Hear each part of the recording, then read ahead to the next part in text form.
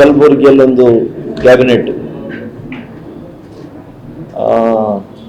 ಚಾಮರಾಜನಗರದ ಮಲೆ ಮಹದೇಶ್ವರ,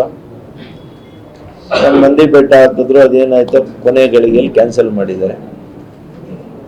ಯಾರಾದರೂ ಶಾಸ್ತ್ರ ಹೇಳಿದ್ರೋ ಏನೋ ಗೊತ್ತಿಲ್ಲ, ಅಥವಾ ಇಲ್ಲಿ ವಾಸ್ತು ದೋಷ ಇದೆಯೇನೋ ಗೊತ್ತಿಲ್ಲ ನನಗೆ.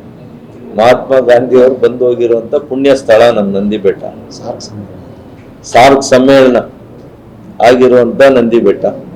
ಕ್ಯಾಬಿನೆಟ್ ಮಾಡೋಕ್ಕಾಗಿಲ್ಲ ಅಂದರೆ ನನಗೆ ಆಶ್ಚರ್ಯ. ಅದಕ್ಕೆ ನೀವು ಉತ್ತರ ಕೊಡಬೇಕು ಅಂತೇಳಿ ಸರ್ಕಾರಕ್ಕೆ ನಾನು ಕೇಳಲಿಕ್ಕೆ ಬಯಸ್ತೇನೆ.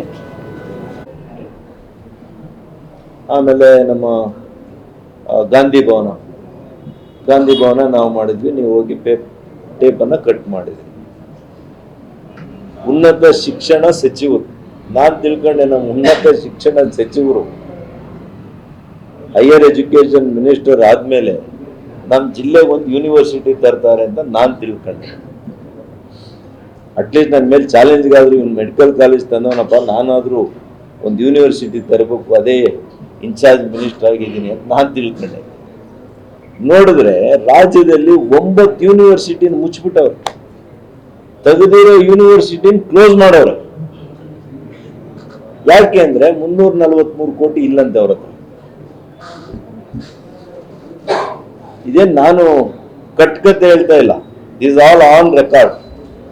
ಸರ್ಕಾರನೇ ಹೇಳಿರೋದು, ಸರ್ಕಾರನೇ ಉತ್ತರ ಕೊಟ್ಟಿರೋದು. ಹಿಂಗೆ 343 ಕೋಟಿ ಆಗ್ತದೆ, ಅದು ನಮಗೆ ವೆಚ್ಚ ಭರಿಸಕ್ಕಾಗಲ್ಲ ಅಂತ ಹೇಳಿರೋ.